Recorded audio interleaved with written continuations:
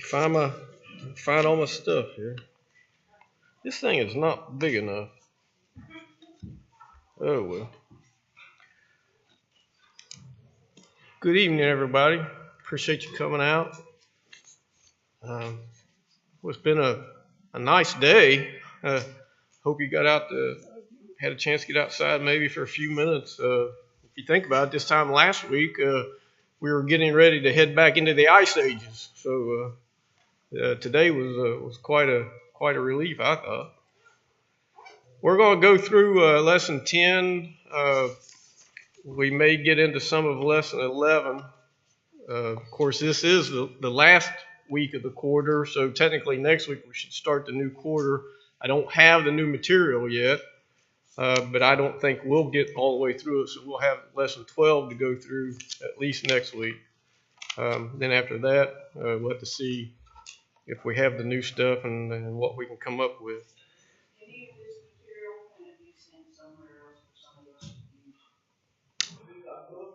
Well, the intent, if we stay with this material, is it's a 4-year course. So, yeah. So in 4 years, we would start it all over again. So in 4 years, we would use it again if we continue with this. And that's something that we're going to talk about, decide, and see what everybody wants to do. If not, then yes, this is stuff, obviously, that we could send someplace that somebody could use. So. Yeah, don't throw anything away. Don't discard especially the cards and if you got one of the teacher manuals, hang on to that. Obviously, your papers that you scribbled on, you do with that what you want. But you keep it for 4 more years. I mean, you'll be ahead of the curve because you'll have everything already filled out, all the answers, everything. So we'll see how that goes in the next quarter. We'll talk about that here a little bit. Yeah, exactly. That's with me. In 4 years, I'll forget all. We talked about what we did. What? Yeah. So, and that's the whole purpose of it. Because we are forgetful. We're reminded. I mean, I kind of have liked it because it's brought to mind a lot of things that we don't think about a lot, especially some of the references back in the Old Testament. A lot of stuff that it does recall to memory.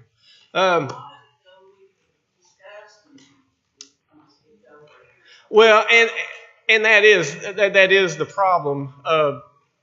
It is an overview, and so yes, obviously you could have spent weeks at a time on different certain subjects, but we would never get through it. It'd be a 12-year course instead of a 4-year course or 20-year course. I don't know. It'd be long if you hit every single thing that it touched on. But yeah, you're right. There are a lot of different things that we kind of had to gloss over. Just in order to stay on track with all the other classes, because obviously the other classes are going through the same thing, so everybody's trying to stay as close together as the same time frame. Well, I don't know what to say about that one. You're stuck with me, so I'm sure you'll have some comments about me here in a few more weeks. Before we get started, Philip, would you lead us in prayer? Father, thank you for this day you blessed us with. Father, we're so thankful to you every day for every blessing that we have in this life. And most of all, Father, that blessing and promise we have through Jesus, the eternal home with you. Father, thank you for everyone that's here this evening. We pray that through this study, as much as we learn, that we can be better servants of yours. Forgive us the things we do wrong. We ask it all in Jesus' name.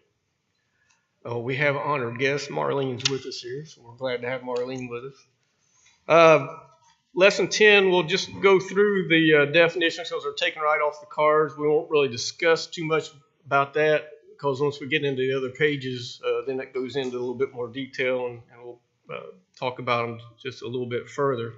The first one will define the sin of being implacable. I guess that's the word, implacable. Unwilling to reconcile, okay. Define the sin of being unmerciful, not having compassion. Define the sin of having pleasure in another's sin, to blank, seeing others blank, God. Okay, enjoy seeing others disobey God. He goes on to list Galatians 5:19 through 20, and not now the works of the flesh are manifest, which are these: fornication, uncleanness, lasciviousness, idolatry, sorcery, enmity, strife, jealousies, wrath, factions, divisions, and parties.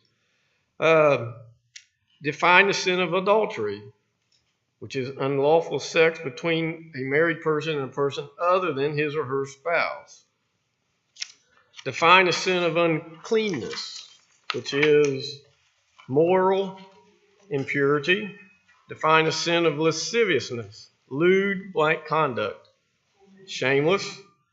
And then define the sin of idolatry, to love anything more than God. Define the sin of witchcraft, to use the use of blank and blanks to appeal to occult powers. Drugs and spells, okay? And then define the sin of hate, to strongly dislike. Yeah, we're going to talk about that one in a minute. Well, we're going to talk about all these. Define the sin of emulations, blank, blank, to have what others have. Yeah, uncontrolled desire. And then the last one is define the sin of wrath. What kind of anger? Violent anger. Okay. And again, we're going to talk about these here in just a minute. All right. Put that away for a second. Move this over. Okay, so we already did this once, but we're going to do it again. Define the sin of implacable. Unwilling to reconcile. Not willing to make friends again. Not willing to make up with another person. This bottom part says this word properly denotes those who will not be reconciled where there is a quarrel, who pursue the offender with unyielding revenge. It denotes an unforgiving temper and was doubtless common among the ancients, as is among all heathen brethren. I looked it up in the dictionary. The dictionary says this person is one that has strong opinions or feelings that are impossible to change, and they're not capable of being appeased. You cannot make friends with these people. Very rigid in their beliefs, very bullheaded in their beliefs, I guess would be another way to put it. They do not want to make up. They do not want to try to get along or anything. Colossians 1:20 through 21 talks about being reconciled to God through what? Anybody remember what that says? How are we reconciled to God? Pardon me? Through the blood of Christ, through Christ's death. Christ's death reconciled us to God. When we sin, we are what to God? Cut off. We're what? Separated. Enemies. When we sin, God's over here and we're over here. There's that gulf between us. There's this aisleway between us. There's got to be a way to get reconciled to Him, and that is through the death of Christ. But if you do not forgive your Father will not forgive you. God won't forgive us. Mark 11:26. If we're unwilling to forgive somebody else, God is not willing to forgive us. Very important concept of being reconciled. Reconciled with brethren, but more importantly, reconciled with God. Number 2, an implacable person demonstrates the highest degree of a blank spirit. Unforgiving, that's what I put in there. Yeah, an unforgiving spirit. Don't be that person. I don't. It's not a good situation to be in.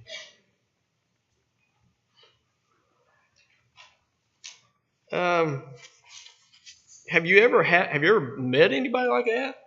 Have you ever ran into any people like that?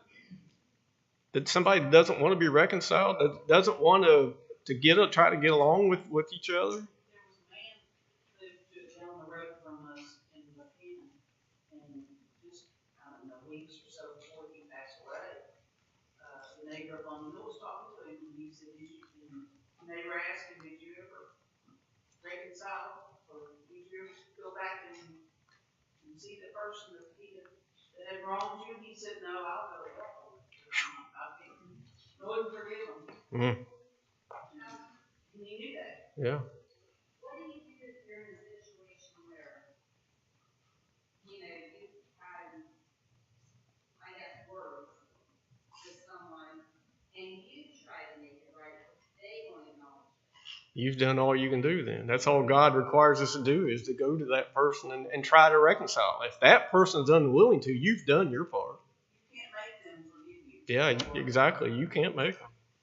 Yeah, that's part of what this is talking about. These people have that feeling or that strong opinion. They're not capable of being appeased. They don't want to be appeased. They don't want to be reconciled. But you just have to let it go. Yeah, You can't hold it against yeah, them because they don't forgive you. Just yeah, go on with your life. yeah.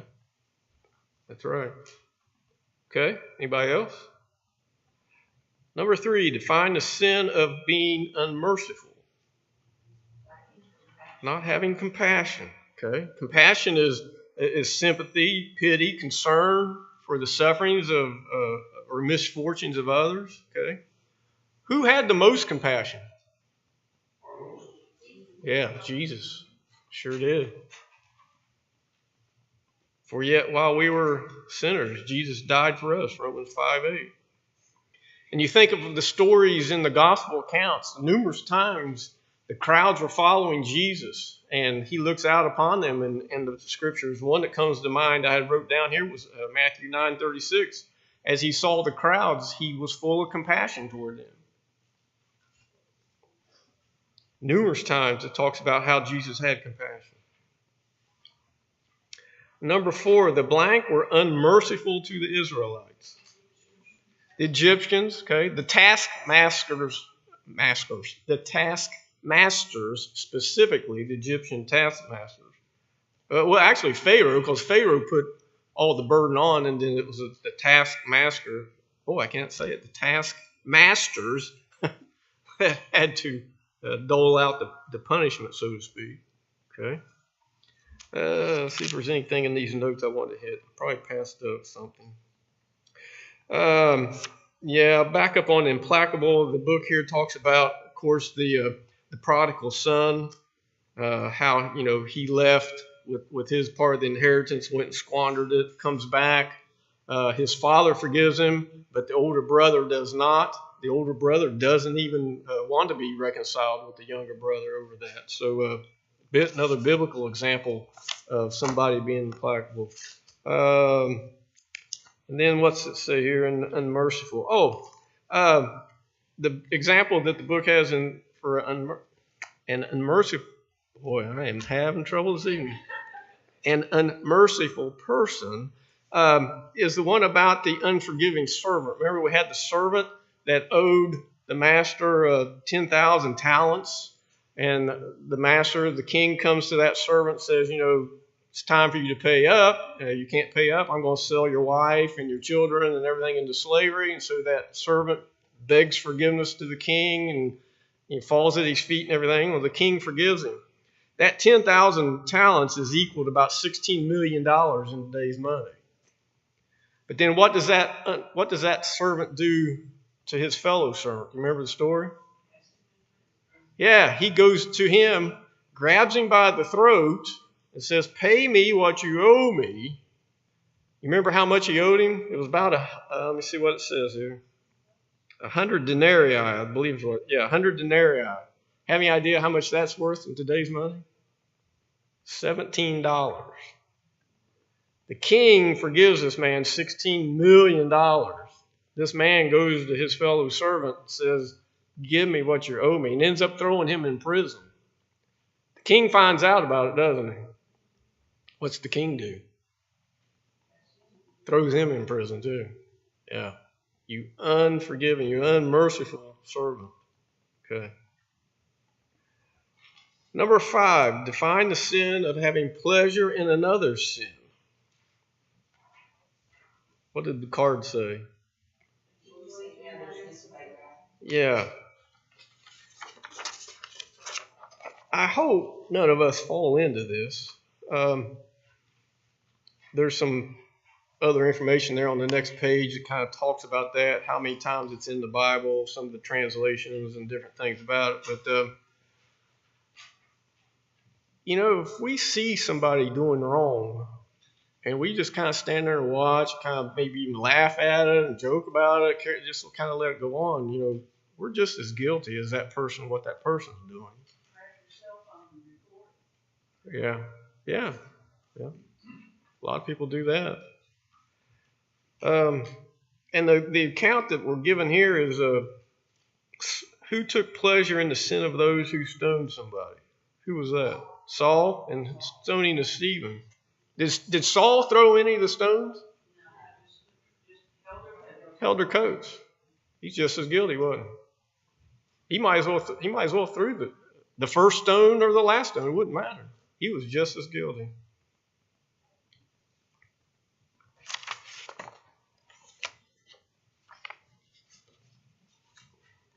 It's a sin to enjoy watching people disobey God. Sin is not funny.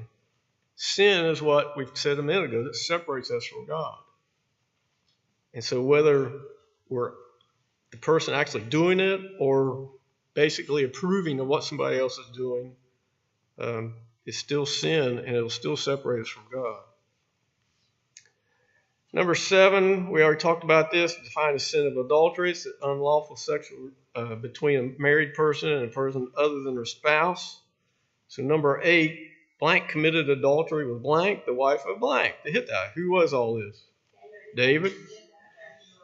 Yep, David and Bathsheba with Bathsheba, who was already the wife of Uriah. Of course, we know that story again. They had a child. The child dies.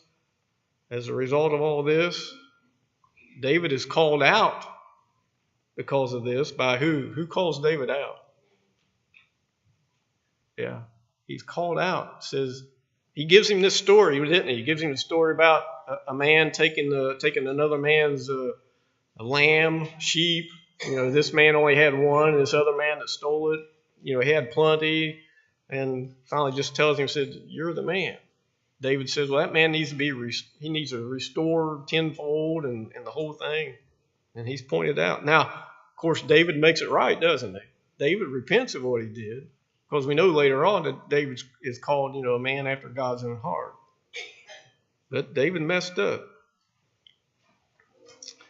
Number 9, define the sin of uncleanness. Moral impurity.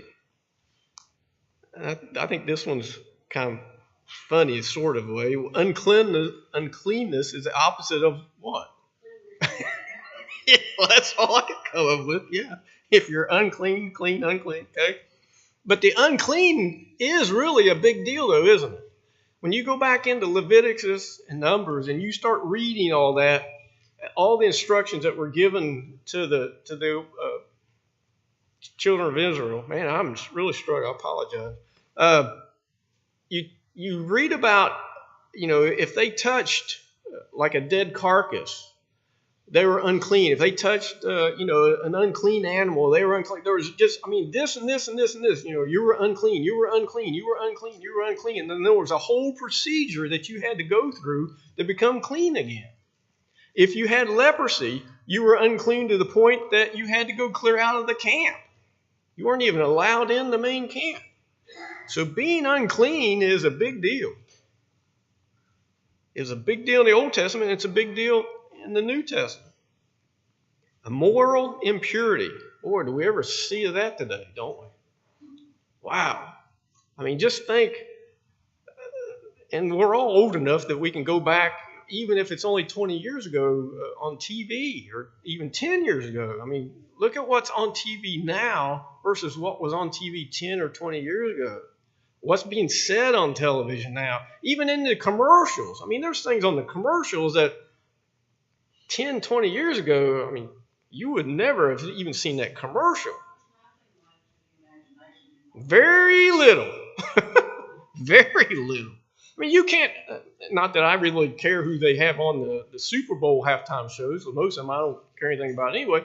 But you can't even, if you wanted to, couldn't really even watch the Super Bowl, the halftime show, because most of them are naked running around there on the thing. Unbelievable what is out there now. The moral impurity. Even what? Oh, I know. Yeah. Well, and the problem with so many of the little kids shows, and even with all the shows, is they're sneaking so much stuff in it. They just you know they just talk about so and so's two dads, or you know what I'm saying. I mean, they just interweave that stuff in. Exactly, that's what I'm looking for. Thank you, thank you. Yes, it's very subtle in how they do it, and if you're not careful, you don't even think about it. Yeah, the moral impurity that's out there now is out of control, really. Number 11, define the sin of lasciviousness. Boy, I have trouble with that word too. What did it say that was? Yeah, lewd, indecent. Um, this part down here talks about translate lasciviousness 6 times as wantonness twice and filthy once, unbridled lust, excess. I didn't look up this licentiousness, the lasciviousness, wantonness, outrageousness, shamelessness, insolence. I think that's the big thing. It's outrageous what's out there, and there's no shame in it. I mean, there's whatever they do is just, it's okay. It's whatever I want to do. It's no big deal. Anybody thoughts, comments on any of those? Yeah, I think for the most part we all should be in agreement with that. It's crazy what's going on right now. There was a time not too long ago that they didn't, announcers didn't say the word divorce on the radio. Mm-hmm. I wonder if that's what, when Tammy sang that song, she spelled it out. Yeah, it might have been. Yeah, divorce. Yeah, might have been. Well, I never really paid much attention to it or really thought anything about it. When a woman's expecting, she's pregnant. She's with child. And I'll never forget my boss. He was kind of from the old schools so much, and he would not talk about a lady being pregnant. He wouldn't say that. He would say she's in the family way. Just how things have changed, how it's progressed. Not in a good way. It's progressed the other way. Idolatry. What's that? To love anything more than we love God. Okay. Number 13, blank is idolatry. The book says covetousness is idolatry. Okay. Of course, when we think of idolatry in the Bible, we go back to the Old Testament, or even the New Testament. But we think of, a wooden image, a graven image that they made, usually some kind of an animal or some, it was man even. I mean, Nebuchadnezzar had a statue made of himself.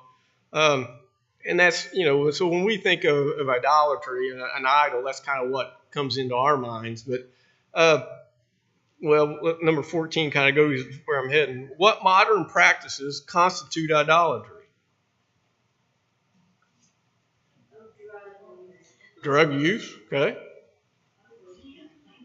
Okay. What modern things constitute idolatry? I think forsaking the assembly whenever you put other things ahead of it. Exactly. Like concerts or sports. That was the first thing I wrote down. Yeah. Yeah. Sports, Hollywood, movies, TV personalities, what we call famous people, our families, money. Money is an idol to so many people. Recreation, anything that pulls us away from God, anything that pulls us away from being here on a regular basis that we should be here, anything that takes our attention away from God. Seek ye first the kingdom of God. I don't know how many times that we can emphasize that particular passage. Matthew 6:33. Shouldn't we define that a little bit deeper instead of saying sport and family?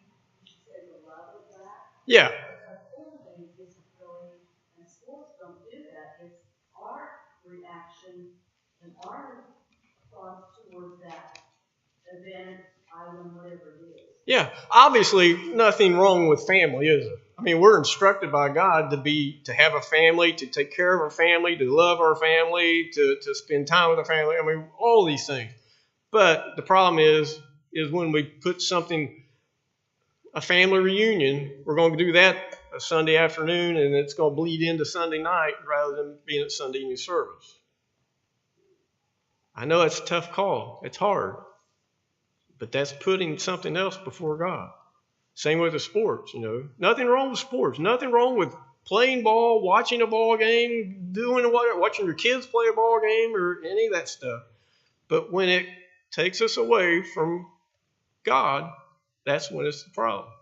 And that's, and we've discussed that even in here many times. I can remember growing up playing football, basketball, whatever I wanted to play. There was never practice on Wednesday night. Or if there was practice, it was over before Wednesday evening service. There was never games or practice on Sunday. Now, what do we see now? It's 24/7, isn't it? Oh, yeah, that too. Yeah. Some do. But as a general rule, most of you have. Yeah, I know. But as a general rule, most places have done away with even the prayer. But, yeah. Well, I did mention this before. Sophie, several years ago, was playing ball, and she was missing, I think it was Sunday morning because of their practice and stuff. She went to the coach and said, hey, can we back our practice off a little bit later in the afternoon so I can go to church? Sophie stood up for that, which I thought was very admirable. One of the NFL games this weekend, after the game was over with, it was interviewing players, and in the background, there was 5 or 6 football players, and Bill was 50-yard line praying. Yeah. They were in a circle praying. Yeah. I mean, there's still those out there that want to do that kind of thing, but it's getting fewer and fewer. Well, it's not near as publicized. Well, and that's the other thing. Yeah, exactly. There's probably more of it going on than we really realize because it doesn't make the front page or the main scene of the TV show or whatever you're watching. Yeah, that too. Okay, number 15, define the sin of witchcraft. The use of drugs and spells, appeal to an occult power, is generally used for evil. It's sorcery. I know there's one going up into Barbersville. There's a place where you can go to a fortune teller. What's the Bible say about that kind of thing? Yeah, it's evil, isn't it? It's false, for one thing. No one knows the future except who? God. Yeah. Okay. Yeah. Yep, God the Father. Okay. So these things, they were told in the Old Testament to stay away from them. They were told that these people that practice these things were to be put to death. That's how serious God took it. These things were not to be part. Well, the prophets, now there were some that had some powers we do know of that weren't authorized by God. But the ones that were authorized by God, of course, they were foretelling what God had told them to tell. So they weren't these sorcerers or these, what's that? Yeah, exactly. Okay. I know a lot of people, they get up every morning and they want to look at their horoscope. And of course, it's fun if you're just doing it for fun. Now, a lot of people live their life according to whatever that horoscope says. That horoscope is just somebody's made up. They've come up with something and they've written it down. For entertainment. It's for entertainment, yeah. But don't put your faith in that. I mean, I've heard of some people that, depending on what that horoscope says, depends on whether they get out of bed or not, or they go outside or not. I mean, they live and breathe by some of that stuff. It's worshiping the devil when we participate in that kind of stuff. It's a sin against God. Jesus said, you shall worship the Lord your God, and him only shall you serve. Matthew 4, verse 10. All right, we need to move along here for a few minutes. Define the sin of hate. To strongly dislike. Not only do you not dislike somebody, you strongly don't dislike somebody. I mean, there's people that we're not going to get along with everybody. It just isn't going to happen. We're all humans. But to strongly to hate someone is where the problem is. And when we talk about politics, that's where it gets so involved and gets so hateful. Whether you're a Joe Biden fan or not, or whether you're a Trump fan or not, or whoever you want to put in the blank, don't go around saying, man, I absolutely hate that man. I cannot stand that man. I wish that man was dead. When we take it down that road, we are sinning. That's all it is, pure and simple. We are sinning. We are not to dislike anyone to that extreme. Does that mean that we have to agree with everything they say? No. Especially if it's contrary to the will of God. But to go around and say, I absolutely hate that person. Exactly. Don't want to go down that road. Number 17 talks about out of 1 John 3:15, one who hates his brother is a murderer. Matthew, I can't read my own writing, 22:39 or 27:39. Forgive me, I can't read my own writing. The second commandment is to love your neighbor as yourself. We're to try to get along with everybody. Live peaceably with all men, as much as is within you. Can you do that all the time?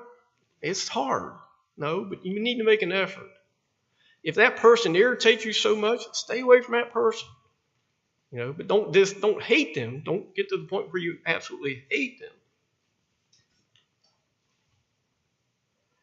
All right, last two. Number 18, define the sin of jealousy or emulations. An uncontrolled desire. Nothing wrong with Philip goes and gets him a new truck. I got a new truck. Good Friday. I broke down and got a new truck. Not a brand new truck, but I got a new truck.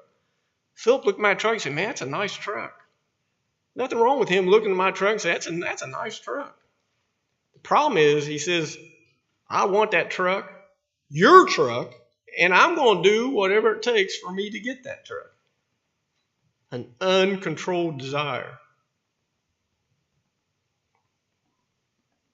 There's a lot of people out there like that. A lot of people in business especially. Actually all aspects of the world. I think we see it a lot in business. You see it displayed or depicted in Hollywood in movies or TV shows. Somebody that's famous. You have the main star of like a play or something. And then there's usually, and you guys chime in on this, you'll know more about than what I'm talking about, but like Broadway, a Broadway play, there's always the main star, but there's always somebody else called the understudy or stand-in. Yeah. So there's always somebody in case that person gets sick, gets hurt or whatever, they can fill in that spot. But you see so much that person that's a notch lower than the main star trying to do what they can to get rid of that main star to take that place. That's that uncontrolled desire to get what they have, to be in that position that they have. And they go to a lot of extremes to get there. We see it a lot of times, like I said, in the movies and a lot of different ways. Business, moving up the corporate ladder. Doesn't matter who I step on, who I stomp on, who I kick off the ladder, as long as I keep climbing. We see that all the time too. Yeah, we talked about them a few weeks ago. Yeah. Wow. That was crazy. That was just absolutely crazy. Yeah, it didn't get her anything. Yeah. Yeah. Oh, yeah, she'll pay for it the rest of her life. She already has. All right, the last one in this particular lesson, define the sin of wrath. Violent anger. Again, we'll be angry. We're not supposed to be angry, but we'll get angry. But yeah, be angry and sin not. It's that violent anger. And that anger, as we said a couple weeks ago when we talked about this, one sin oftentimes leads to another, doesn't it? You had Cain, angry about his brother, led him to eventually killing his brother. We had Joseph. Now, I kind of fault Joseph's dad into this to a certain degree. I mean, he has 12 brothers, but Joseph's dad, Jacob, picked out Joseph and kind of set him up on a pedestal, didn't he? But still, the other brothers were so jealous of this, they basically tried to kill him, wanted to kill him, and they finally, one of the brothers talked him out of that, so they just sold him into slavery. That's all we did to him.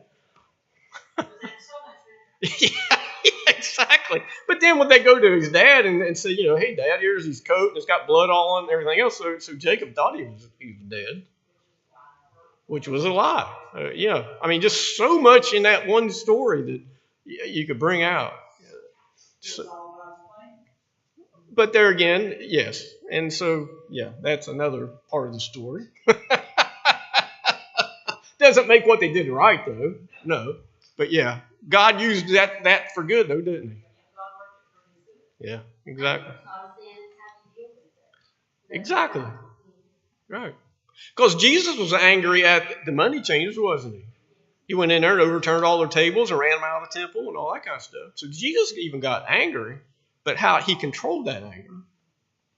That's the same way with God. God is a jealous God. Yeah. He's also a wrathful God. But he controls that. He's a righteous. He's a just God. Yeah. A lot of, there again, just like Sid said, I'm so much in that we could spend so much time talking about. But of course, we can't do it, or we'll never get through any of this stuff. I think we got about 5 minutes. Mine says 3 minutes. Yeah, so the clock's a little slow.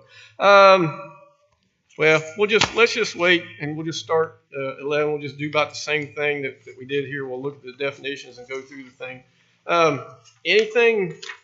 Anybody wants to ask about what we just talked about? Anything? Any comments you have on any of it? Like I said, I know we go through it kind of fast, and there's so much that we could talk about.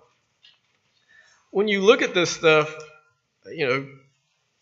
just try to think about your situations that you've had in your life. You go back and reflect and say, man, probably should have handled that maybe a little bit different. Or, I was guilty of that, and I didn't really realize that I was at that particular point in time. The whole purpose of this is to remind us.